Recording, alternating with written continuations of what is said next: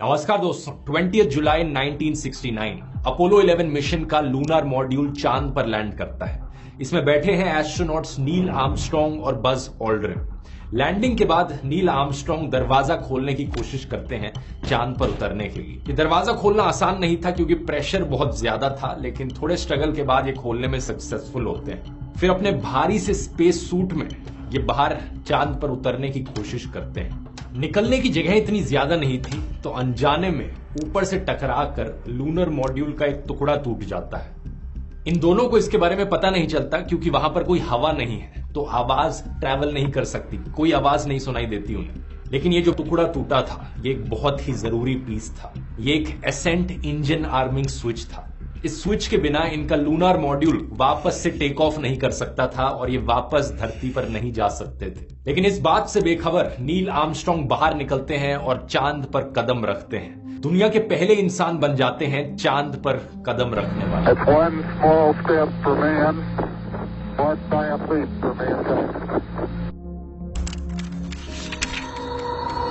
लेकिन क्या सही में ऐसा हुआ था? आज 50 से ज्यादा सालों बाद बहुत से लोग मानने से ही इनकार कर देते हैं कि इंसान चांद तक गए थे। कई लोग थ्योरीज बनाते हैं अपनी और कहते हैं कि ये पूरी चीज अपोलो 11 का मिशन सिर्फ एक दिखावा था अमेरिका की तरफ से। इन्होंने धरती पर ही इस नाटक को फिल्म किया था और दुनिया को जाकर झूठ बोला। नहीं तो ये झंडा कैसे लहरा रहा है चांद पर बिना हवा के? क्या है इस सब की सच्चाई? आइए जानने की कोशिश करते हैं पूरी कहानी आज के इस वीडियो में। 3, 2, 1, 0, all engine running. We choose to go to the moon in this decade and do the other thing, not because they are easy, but because they are hard. Houston, we see you on a stereo, over. Tranquility Base here. The Eagle has landed. That's one small step for man, one giant leap for mankind. दोस्तों, आप शायद हैरान हो जाएंगे जानकर कि इस Apollo 11 mission को प्लान करने के पीछे असली वजह थी एक वॉर। स्पेसिफिकली कहा जाए तो कोल्ड वॉर, जो अमेरिका और सोवियत यूनियन के बीच में चलने लग रही थी। दोनों देशों के बीच में स्पेस में जाने की एक रेस चल रही थी। साल 1957 में सोवियत पहला देश बन जाता है दुनिया की पहली आर्टिफिशियल सैटेलाइट लॉन्च करने वाला। इसका नाम था स्पुतनिक और ये पहला मैन मेड ऑब्जेक्ट था जिसे धरती के ऑर्बिट में प्लेस किया गया। अमेरिकन सरकार शॉक हो जाती है देखकर कि सोवियत उनसे आगे कैसे निकल गए। कुछ महीने बाद 1958 में अमेरिका भी अपनी सैटेलाइट लॉन्च करता है। लेकिन 3 साल बाद 1961 में अमेरिका को एक और बड़ा झटका लगता है। सोवियत कॉस्मोनॉट यूरी गगारिन पहले आदमी बन जाते हैं स्पेस में जाने वाले। एक बार फिर से सोवियत ने अमेरिका को पीछे छोड़ दिया। इसके सिर्फ एक हफ्ते बाद जो प्रेसिडेंट थे अमेरिका के, जॉन एफ कैनेडी, वो अपने वाइस प्रेसिडेंट को एक लेटर लिखते हैं 20 अप्रैल 1961 को। वो पूछते हैं उनसे आखिर कैसे हम सोवियट्स को हरा सकते हैं? By putting a laboratory in space or by a trip around the moon?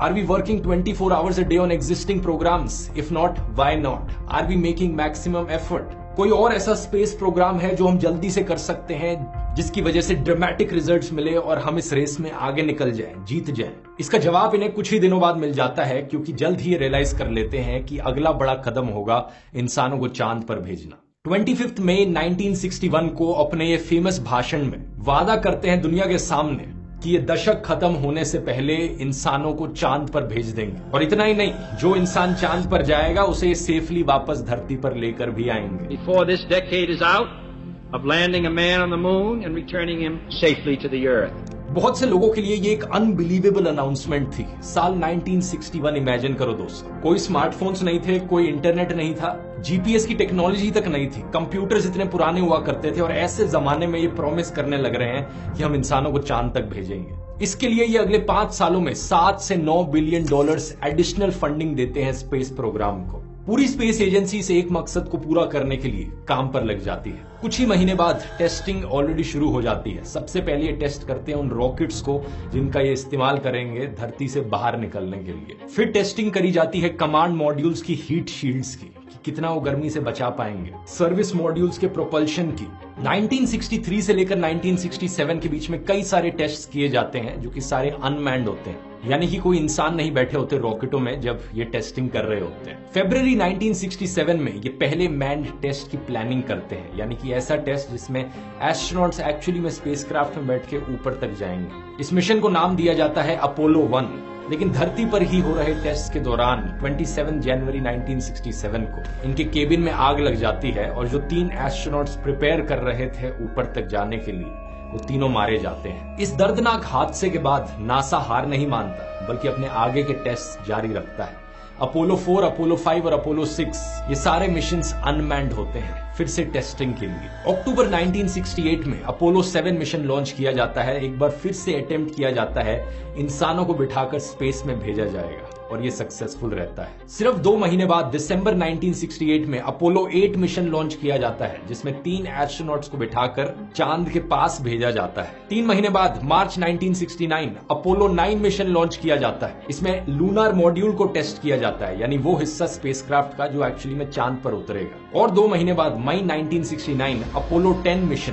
इस मिशन में 3 एस्ट्रोनॉट्स को ऑलमोस्ट हर चीज प्रैक्टिस के लिए कराई जाती है जो अपोलो 11 मिशन में कराई जाएगी, एक्सेप्ट कि वो चांद पर लैंड करे। अब स्पीड देख रहे हो किस तेजी से नासा यहाँ पर एक के बाद एक मिशन लॉन्च किए जा रहा था। हर 2 से 3 महीने के गैप में एक नया मिशन जिसमें नेक्स्ट चीज टेस्ट करी जाएगी। रॉकेट्स की टेस्टिंग, स्पेसक्राफ्ट की टेस्टिंग, चांद तक जाने की टेस्टिंग और इन सारी टेस्टिंग्स के बाद फाइनली जाकर 16 जुलाई 1969 को अपोलो 11 मिशन लॉन्च किया जाता है। 2, 1, 0, all engine running.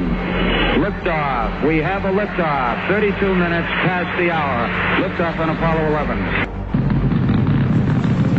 इस मिशन का हिस्सा थे 3 एस्ट्रोनॉट्स। 38 साल के कमांडर नील आर्मस्ट्रॉन्ग जो इस मिशन को लीड कर रहे थे, कमांड के मॉड्यूल पायलट माइकल कॉलिंस और लूनर मॉड्यूल के पायलट एडविन बज ऑल्ड्रिन। ये 3 नाम इतिहास के पन्नों में रचे जाते हैं। नील आर्मस्ट्रॉन्ग और बज ऑल्ड्रिन तो बड़े फेमस नाम बन जाते हैं, इनको हर कोई जानता है आज के दिन, लेकिन माइकल कॉलिंस को इतना नहीं जाना जाता। क्यों है ऐसा? इसके पीछे एक बड़ा इंटरेस्टिंग रीजन है, आगे आपको बताऊंगा। तो इस अपोलो 11 मिशन का जो स्पेसक्राफ्ट था, इसके 3 मेन हिस्से थे दोस्तों, कमांड मॉड्यूल, सर्विस मॉड्यूल और लूनार मॉड्यूल। पहले 2 को एक साथ रख के CSM बोला जाता है, कमांड एंड सर्विस मॉड्यूल। मकसद ये था यहाँ पर कि जो लूनार मॉड्यूल होगा सिर्फ वही हिस्सा डिटैच होकर चांद पर लैंड करेगा और फिर वापस जाने के लिए लूनार मॉड्यूल को उड़ाकर वापस अटैच किया जाएगा CSM से, जिससे एस्ट्रोनॉट्स धरती पर वापस आएंगे।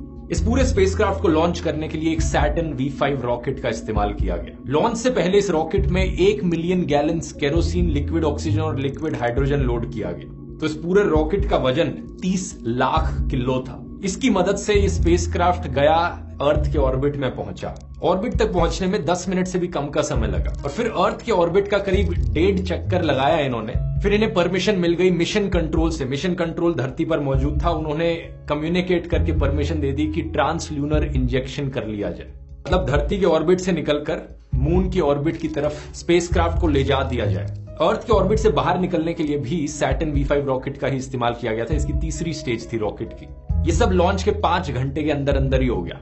इसके बाद एक्चुअली में चांद तक पहुंचने में कई दिनों का समय लगा। एस्ट्रोनॉट्स ने इंतजार किए अंदर बैठकर, कभी खाना खाया, कभी सोए, कभी फोटोज खींची अपनी। 19 जुलाई 1969 ऑलमोस्ट 4 लाख किलोमीटर ट्रैवल करने के बाद अपोलो 11 का स्पेसक्राफ्ट चांद के ऑर्बिट में पहुंचता है। यहां पर इसका काम होता है 2 में स्प्लिट हो जाना। Command and service module lunar module से अलग हो जाता है। कमांड मॉड्यूल में बैठे थे माइकल कॉलिंस और स्पेसक्राफ्ट के इस हिस्से को निकनेम दिया गया कोलंबिया, और दूसरी तरफ लूनार मॉड्यूल का नाम था ईगल और इसमें बैठे थे नील आर्मस्ट्रॉन्ग और बज ऑल्ड्रिन। बात यह थी कि जो कमांड एंड सर्विस मॉड्यूल था, इसका काम था ये चांद के ऑर्बिट में ही बने रहे। सिर्फ लूनार मॉड्यूल अलग होकर चांद पर लैंड करेगा, यानी कि चांद पर कदम रखने का मौका सिर्फ नील आर्मस्ट्रॉन्ग और बज ऑल्ड्रिन को मिलेगा और माइकल कॉलिंस को नहीं मिलेगा। यही रीजन है शायद कि माइकल कॉलिंस का नाम हर कोई इतना जानता नहीं है। हालांकि वो अपोलो 11 मिशन का पार्ट जरूर थे, लेकिन उन्होंने चांद पर कदम नहीं रखा था। लेकिन फिर भी देखा जाए तो माइकल कॉलिंस का जो हिस्सा था इस मिशन में, वो शायद सबसे ज्यादा जरूरी था, क्योंकि बाद में आकर उस लूनार मॉड्यूल को वापस CSM के साथ अटैच होना था। और अगर माइकल कॉलिंस नहीं होते तो नील आर्मस्ट्रॉन्ग और बज ऑल्ड्रिन जिंदा नहीं वापस लौट पाते। अब 8 बजे के करीब लूनार मॉड्यूल चांद पर नीचे उतरने जा रहा था। ठीक 8:10 पर एक अलार्म बजने लग जाता है, 1202 अलार्म। 1201, Roger, 1201 alarm. अब ना तो नील आर्मस्ट्रॉन्ग ना ही बज ऑल्ड्रिन जानते थे कि इस अलार्म का मतलब क्या है। वो मिशन कंट्रोल से कम्युनिकेट करके पूछते हैं कि क्या करना चाहिए। वो कहते हैं इग्नोर करो, आगे चलते रहो। We're go, same tide, we're go. बाद में पता चलता है ये 1202 एक्चुअली में वार्निंग थी कि जो अपोलो का गाइडेंस कंप्यूटर था, कंप्यूटर का प्रोसेसिंग सिस्टम ओवरलोड हो रहा था। लेकिन थैंकफुली डिजाइन ऐसा किया गया था कंप्यूटर का कि जो एसेंशियल प्रोग्राम्स हैं, जो मिशन के लिए क्रिटिकल है, वो चलते रहे ओवरलोड होने के बाद भी। कंप्यूटर में ऑटोमेटिक लैंडिंग का प्रोग्राम डला हुआ था जो एक्चुअली में चांद के सरफेस पर लूनार मॉड्यूल को ऑटोमेटिकली उतार देता। लेकिन करीब 150 मीटर की हाइट पर नील आर्मस्ट्रांग कंट्रोल खुद से ले लेते हैं। वो नोटिस करते हैं कि ये लूनार मॉड्यूल ऐसी जगह पर लैंड करने जा रहा था जहां बड़े बड़े पत्थर मौजूद थे। लैंडिंग की जगह बदलती है और एक्चुअल लैंडिंग साइट से करीब 4 मील दूर एक और जगह डिसाइड करी जाती है जहां लैंड होगा। 8:16 पर बज ऑल्ड्रिन फ्यूल का इंडिकेटर देखते हैं, सिर्फ 5% फ्यूल बचा है। 3.5 down, 9 forward, 5%. How many bites? इतने कम फ्यूल को देखकर मिशन कंट्रोल एक काउंटडाउन इनिशिएट कर देता है। ये काउंटडाउन डिसाइड करेगा कि ये लैंड करें या फिर इस मिशन को अबॉर्ट कर दिया जाए। Now we're critical fuel state, and that's why the 60-second call was given, and then the 30-second call. Finally literally last minute पर सिर्फ 30 सेकंड बचे थे इस काउंटडाउन में। नील आर्मस्ट्रांग धरती पर एक रेडियो मैसेज भेजते हैं। Houston, Tranquility Base here. The Eagle has landed. Roger, Tranquility. यानी कि ईगल सक्सेसफुली लैंड कर चुका है। फिर नील आर्मस्ट्रांग अपना स्पेस सूट तैयार करते हैं, दरवाजा खोलते हैं और चांद पर अपना पहला कदम रखते हैं। Okay, Neil, we can see you coming down the ladder now. इस मोमेंट को 650 मिलियन लोग लाइव देखने लग रहे थे टेलीविजन पर। उनके पहले शब्द दुनिया को सुनाई देते हैं। That's one small step for man, one giant leap for mankind. इनके पीछे बज ऑल्ड्रिन भी चांद की जमीन पर अपना कदम रखते हैं और करीब अगले 2.5 घंटे तक ये चांद की मिट्टी और पत्थरों के सैंपल्स कलेक्ट करते हैं, फोटोज खींचते हैं, कई साइंटिफिक इंस्ट्रूमेंट्स भी सेटअप करते हैं। हालांकि ये बात सच है कि कोल्ड वॉर एक बड़ा रीजन था जिसकी वजह से ये मून लैंडिंग करी गई। लेकिन क्योंकि मून लैंडिंग करी जा रही थी, इतनी बड़ी चीज थी ये, तो ऑब्वियसली साइंटिफिक इंस्ट्रूमेंट्स भी साथ में लेकर गए थे और कई साइंटिफिक ऑब्जेक्टिव्स भी थे इस मिशन के। जैसे कि एक टेलीविजन कैमरा सेटअप करते हैं मून पे जो सिग्नल्स ट्रांसमिट कर सके धरती पर। ये एक डिवाइस लेकर आते हैं अपने साथ जिससे कि सोलर विंड को मेजर किया जा सके जो चांद पर आ रही है। एक ऐसा डिवाइस इंस्टॉल करते हैं जिससे कि लेजर बीम्स धरती पर भेजी जा सके और उन लेजर बीम्स का इस्तेमाल करके एग्जैक्ट डिस्टेंस बताया जा सके धरती और चांद के बीच। साथ ही साथ एक पैसिव साइज्मोमीटर भी होता है जो चांद पर हो रहे अर्थक्वेक्स को मेजर कर सके। हालांकि उन्हें अर्थक्वेक्स नहीं, उन्हें मून क्वेक्स कहेंगे। टोटल में 23 किलो पत्थर और मिट्टी का सैंपल ये चांद से कलेक्ट करते हैं और पीछे वहां छोड़ जाते हैं एक अमेरिकन झंडा और एक प्लेट जिस पर लिखा है here men from the planet earth first set foot upon the moon. July 1969 AD we came in peace for all mankind. वैसे इस मून लैंडिंग के इवेंट को अगर आप और गहराई से जानना चाहते हैं तो एक किताब मैं रेकमेंड करूंगा यहाँ पर, मून वॉक। और डिटेल में और बढ़िया तरीके से किताब इसे कवर करती है और इस किताब को आप एज एन ऑडियो बुक सुन सकते हैं only on Kuku FM। Kuku FM को नहीं जानते, एक बढ़िया ऑडियो लर्निंग का प्लेटफॉर्म है जहां पर ढेर सारी ऐसी ऑडियो बुक्स आपको सुनने को मिलेंगी। History, geopolitics, economics, politics, fiction, almost हर कैटेगरी आपको यहाँ मिल जाएगी। आमतौर पर इसकी कॉस्ट होती है 399 रुपीज पूरे साल भर के लिए, लेकिन अगर आप कूपन कोड ध्रुव50 इस्तेमाल करेंगे आपको साल भर की कॉस्ट पड़ेगी सिर्फ 199 रुपीज। लिंक इसका नीचे डिस्क्रिप्शन में मिल जाएगा, जाकर चेकआउट कर सकते हैं। लूनार मॉड्यूल को करीब 21 घंटे तक चांद पर रहना था। उसके बाद इसे वापस ऊपर जाकर CSM मॉड्यूल से अटैच हो जाना था। लेकिन ऊपर जाने के लिए प्रोपल्शन की जरूरत है जिसके लिए इंजन चाहिए और दोनों नील आर्मस्ट्रांग और बज ऑल्ड्रिन इस बात से अनजान थे कि बाहर निकलते वक्त उस इंजन को चलाने के लिए जो स्विच होता है वो स्विच ही टूट गया था।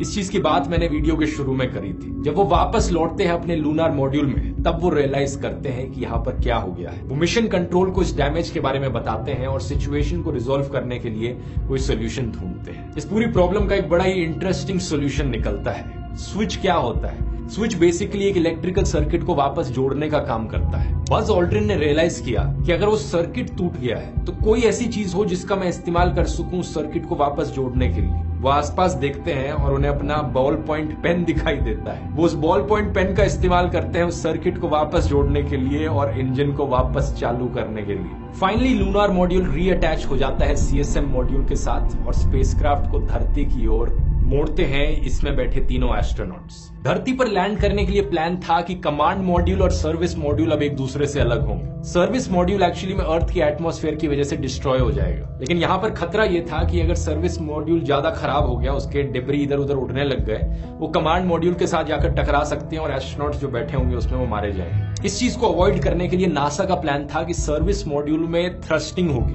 जो उसे थोड़ी दूर ले जाएगी कमांड मॉड्यूल से, ताकि वो टकराए ना एक दूसरे से। लेकिन जब ये एस्ट्रोनॉट्स वापस लौट रहे थे धरती पर, तब पता चलता है कि सर्विस मॉड्यूल की थ्रस्टिंग तो काम ही नहीं कर रही। ये तीनों एस्ट्रोनॉट्स कमांड मॉड्यूल में बैठे देखते हैं अपने पास सर्विस मॉड्यूल कैसे टूटने लग रहा है, उसके डेब्री इधर उधर उड़ने लग रहे हैं, और ये एक बहुत बड़ा मिरेकल होता है कि उसके टूटे हुए पीसेस कमांड मॉड्यूल को हिट नहीं करते, कमांड मॉड्यूल सेफ रहता है। एस्ट्रोनॉट्स के मरने का रिस्क इतना ज्यादा हाई था इस मिशन में कि यूएस प्रेसिडेंट निक्सन ने अपनी एक ऑल्टरनेट स्पीच तैयार कर रखी थी इन केस ये एस्ट्रोनॉट्स मारे जाते। इमेजिन कर सकते हो, लिटरली एक ऑल्टरनेट भाषण। इन्होंने लिखा था इसमें, fate has ordained that the men who went to the moon to explore in peace will stay on the moon to rest in peace. These brave men, Neil Armstrong and Edwin Aldrin, know that there is no hope for their recovery. These two men are laying down their lives in mankind's most noble goal, the search for truth and understanding. लेकिन thankfully ऐसा होता नहीं। Command module safely अर्थ की atmosphere से नीचे आ जाता है, parachute deploy करता है और समुद्र में लैंड कर जाता है। तीनों के तीनों एस्ट्रोनॉट्स जिंदा हैं, सेफ हैं। समुद्र में इन एस्ट्रोनॉट्स को रेस्क्यू शिप्स के द्वारा इवैक्यूएट कर लिया जाता है। ये सही मायनों में एक चमत्कार था कि ये जिंदा वापस लौट कर आ सके, क्योंकि ऐसा नहीं है कि इस मिशन में हर चीज जैसा प्लान करी गई थी वैसे ही हुई। ऑलमोस्ट हर स्टेप पर प्रॉब्लम्स इन्हें फेस करनी पड़ी। इन्होंने उन प्रॉब्लम से सक्सेसफुली डील किया और ये जिंदा वापस बचकर आ सके। एक इंटरेस्टिंग चीज यहाँ पर यह है कि वापस लौटने के बाद इन तीनों एस्ट्रोनॉट्स को क्वारंटीन किया गया 2 हफ्ते तक। ये किसी भी और इंसान के कांटेक्ट में नहीं आएंगे, क्योंकि खतरा यह था कि कोई पैथोजेंस हो सकते हैं, कोई ऐसे वायरसेस या बैक्टीरिया जो इन्होंने चांद पर पाए होंगे, वापस धरती पर आकर कोई बड़ी अजीबोगरीब बीमारी हो जाए इन्हें, कोई नहीं जानता था। लेकिन एक बार फिर से थैंकफुली ऐसा कुछ हुआ नहीं। अपोलो 11 की मून लैंडिंग दुनिया भर के अखबारों में खबर बनती है। जो यूएस के प्रेसिडेंट केनेडी ने कहा था हम दशक खत्म होने से पहले तक इंसानों को चांद पर लैंड करा देंगे, वो नासा ने कर दिखाया। In 1969, the public had little reason to question mankind's historic first step on the moon. After all, the achievement was a celebration of technological supremacy. America had finally won the space race. लेकिन कितने chance की बात नहीं है कि 1970 में ये decade खत्म हो जाता और 1 साल पहले 1969 में अमेरिका मून तक पहुंच गया। कहीं ऐसा तो नहीं कि कोल्ड वॉर में अपना एडवांटेज दिखाने के लिए अमेरिका ने ये एक फेक मून लैंडिंग का ऑपरेशन प्लान किया। कहीं उनका एक्चुअली मून लैंडिंग का मिशन फेल हो गया हो और उन्होंने बैकअप के तौर पर ये फेक मिशन प्लान किया था दुनिया को दिखाने के लिए। ये एक एग्जांपल है दोस्तों बहुत सारी कंस्पिरेसी थ्योरीज का जो बनाई जाती हैं इस मून लैंडिंग के इंसिडेंट को लेकर। लेकिन सच्चाई यही है दोस्तों, ये सारी कंस्पिरेसी थ्योरीज ऑलरेडी कई बार डिबंक करी जा चुकी हैं। अगर अमेरिका की तरफ से ये एक फर्जी अटेम्प्ट होता दुनिया को बेवकूफ बनाने का, तो सोवियत इसे कभी मानता नहीं। लेकिन द ग्रेट सोवियत इंसाइक्लोपीडिया जो 1970 और 1979 के बीच में पब्लिश हुई थी, उसके 3rd एडिशन में कई बारी इस मून लैंडिंग को एक फैक्चुअल चीज बताया गया है। सोवियत के आर्टिकल्स में कई बारी लिखा गया है कि Apollo landing 3rd historic event था स्पेस एज का। सबसे पहले स्पुतनिक की लॉन्च 1957 में, दूसरा 1961 में यूरी गगारिन की फ्लाइट और तीसरा मून लैंडिंग। तो सोवियत ने एक्चुअली में इस चीज को एक्नॉलेज किया था। लेकिन फिर झंडे का क्या? जो झंडा चांद पर प्लांट किया गया था वो वेव क्यों करने लग रहा है? चांद पर तो कोई हवा नहीं होती। इसका एक बड़ा सिंपल सा रीजन है दोस्तों। जिस झंडे को नील आर्मस्ट्रांग और बज ऑल्ड्रिन चांद पर लेकर गए थे वो स्पेशली डिजाइन झंडा था। आमतौर पर झंडों में एक लंबी वर्टिकल रॉड डली होती है, लेकिन इस वाले में एक हॉरिजॉन्टल रॉड भी डली हुई थी झंडे के बिल्कुल ऊपर, जिससे कि झंडा हमेशा एक्सटेंडेड आउट रहे। क्योंकि नासा में काम करने वाला हर कोई जानता था कि झंडे को अगर हम चांद पर जाकर प्लांट करेंगे तो वो लहराएगा नहीं, वहां पर हवा नहीं है। इसलिए एक हॉरिजॉन्टल रॉड ऊपर ऐड कर देते हैं ताकि झंडा हमेशा ही फ्लैट दिखे। अब अपोलो 11 के मिशन में एक्चुअली में इस हॉरिजॉन्टल रॉड को एक्सटेंड करने में थोड़ी प्रॉब्लम हो रही थी, तो पूरी एंड तक एक्सटेंड नहीं हो पाई है, जिसकी वजह से एक रिपल दिखने लगा, वेव्स आ गई फ्लैग में, और इसलिए लोगों को लगता है कि झंडा लहरा रहा है, लेकिन एक्चुअली में झंडा लहरा नहीं रहा है। सिर्फ उन वीडियोस में आपको झंडा लहराता हुआ दिखेगा जहां पर एस्ट्रोनॉट्स इसे पकड़कर हिलाने लग रहे हैं। इसके पीछे रीजन ये है कि ये एल्यूमिनियम की रॉड्स थी झंडे में और वो स्प्रिंग की तरह एक्ट कर रही थी, तो बहुत थोड़ी देर के लिए झंडा हिलता और फिर एब्सोल्युटली स्टिल रह जाता। एक तीसरी बड़ी पॉपुलर थ्योरी यहां पर उठाई जाती है कि जो फोटोज यहां पर नील आर्मस्ट्रांग और ऑल्ड्रिन ने ली है, इन फोटोज में कोई स्टार्स क्यों नहीं दिखाई दे रहे। इसका जवाब भी बड़ा सिंपल है। एक्चुअली में मून लैंडिंग दिन के समय में हुई थी, ऐसे टाइम में जब चांद पर सूरज की रोशनी पड़ने लग रही थी और जो व्हाइट कलर के स्पेस सूट्स पहने हुए थे एस्ट्रोनॉट्स ने, वो भी काफी ज्यादा रिफ्लेक्ट करने लग रहे थे। तो उस जमाने के कैमरास कोई इतने बड़े हाई प्रोफेशनल तो नहीं होते थे। वैसे आज के दिन भी जितने फोन के कैमराज हैं, उनसे अगर आप कोई रात के समय में फोटो खींचने की कोशिश करोगे जिसमें फ्लैश जल रहा हो, तो पीछे स्टार्स नहीं दिखेंगे आपको फोटोज में। एक और थ्योरी यहां पर उठाई जाती है शैडोज को लेकर कि ये शैडोज इतनी इधर उधर क्यों हो रखी हैं। लोग यहां पर आर्ग्यूमेंट उठाते हैं क्योंकि ये हॉलीवुड की तरह फिल्म बनाई जा रही थी, तो कोई सिंगल सोर्स ऑफ लाइट नहीं था, इसलिए ये शैडोज इतनी इधर उधर होकर दिख रही है। लेकिन रियलिटी में एक्चुअली में सन ओनली सोर्स ऑफ लाइट नहीं था। जो चांद का सरफेस था वो भी एक तरीके से complementary source of light act कर रहा था, क्योंकि वो इतनी ज्यादा रोशनी रिफ्लेक्ट करने लग रहा था। इसकी वजह से लाइट हर डायरेक्शन में स्कैटर करी और शैडोज इतनी अजीबोगरीब बनी। एक और सवाल यहां पर उठाया जाता है, एक बज ऑल्ड्रिन की फोटो जो नील आर्मस्ट्रांग ने ली है, उसमें नील आर्मस्ट्रांग की रिफ्लेक्शन दिखने लग रही है, लेकिन नील आर्मस्ट्रांग के हाथ में कोई कैमरा नहीं है। ये कैसे हो सकता है? ये इसलिए हो सकता है क्योंकि कैमरा उन्होंने हाथ में नहीं पकड़ा था, बल्कि कैमरा उनके सूट में ही माउंटेड था और वो वहीं से ही कंट्रोल कर सकते थे।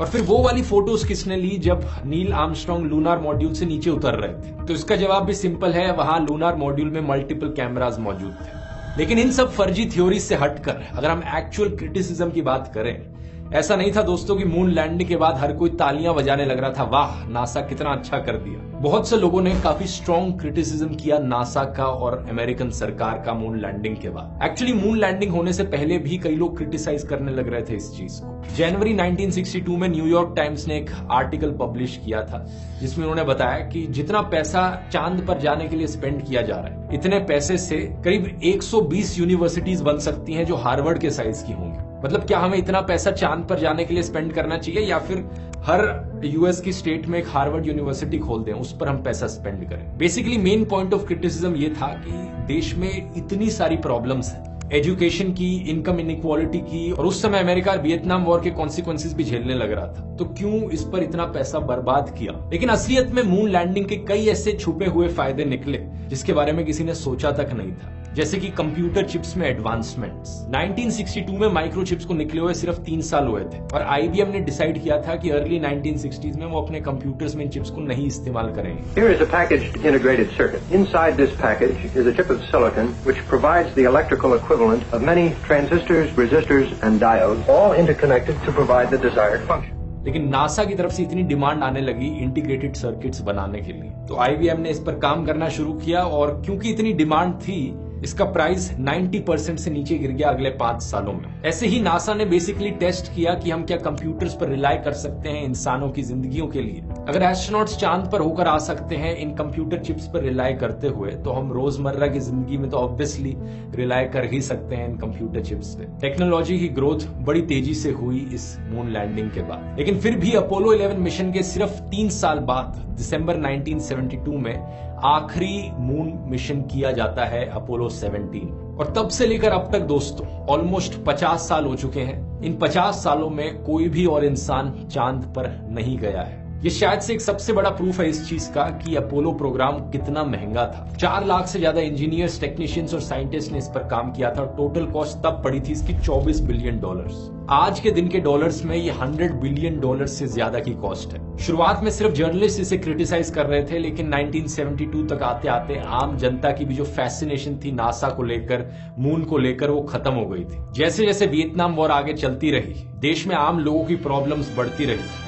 Thousands of demonstrators opposed to the Vietnam War assembled in the nation's capital for a mass protest. उनको ये स्पेस प्रोग्राम एक बहुत बड़ा पैसे की वेस्टेज लगा। हालांकि नासा ने प्लान्स बनाए थे अपोलो 20 तक मिशंस करने के, लेकिन पॉलिटिशियंस को जनता की सुननी पड़ी और स्पेस प्रोग्राम पर जितना पैसा खर्च किया जा रहा था उसे कट डाउन करना पड़ा। दिसंबर 2017 में फॉर्मर प्रेसिडेंट डोनाल्ड ट्रंप ने कहा था कि वो फंडिंग बढ़ाएंगे जिससे कि चांद पर लोगों को वापस भेजा जा सके 2024 तक। Been returning American astronauts to the moon for the first time since 1972 for long-term exploration and use this time. लेकिन बाद में उन्होंने अपनी स्टेटमेंट बदल ली और कहा कि नासा को चांद पर नहीं बल्कि मार्स पर फोकस करना चाहिए। लेकिन 50 साल बाद जाकर आज के दिन नासा ने अब फिर से प्लान बनाया है लोगों को चांद पर भेजने का। इनका नया आर्टेमिस प्रोग्राम फिर से अनमैन्ड रॉकेट्स के साथ टेस्टिंग करी जाएगी, लेकिन नासा का प्लान है कि 2025-26 तक वो पहली औरत को चांद पर भेजेंगे और उसके बाद वो कहते हैं कि फर्स्ट पर्सन ऑफ कलर को भी चांद पर भेजा जाएगा। एक बात तो शायद पक्का कही जा सकती है कि इस दशक के खत्म होने से पहले हम दोबारा से इंसानों को चांद पर देखेंगे। वीडियो पसंद आया और स्पेस रिलेटेड वीडियोस देख सकते हैं इस प्लेलिस्ट पर क्लिक करके। ऐसे ही बहुत से इंटरेस्टिंग टॉपिक्स पर बनाए हुए हैं और मिलते हैं फिर अगले वीडियो में। बहुत बहुत धन्यवाद।